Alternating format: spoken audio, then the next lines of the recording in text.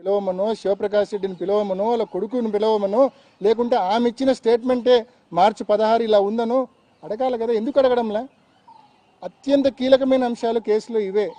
ఇవి పక్కదారి పట్టించి వేరే వాటిని టార్గెట్ చేసే కార్యక్రమం చేస్తూ ఉంది.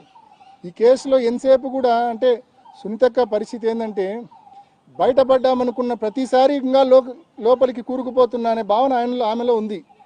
ఏదో తప్పు చేసినామన్న భావన ఉంది ఆమెలో.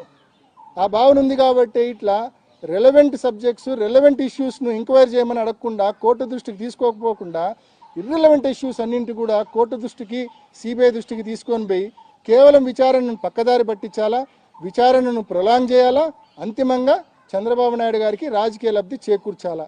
ఇది జరుగుతూ ఉన్న తతంగం.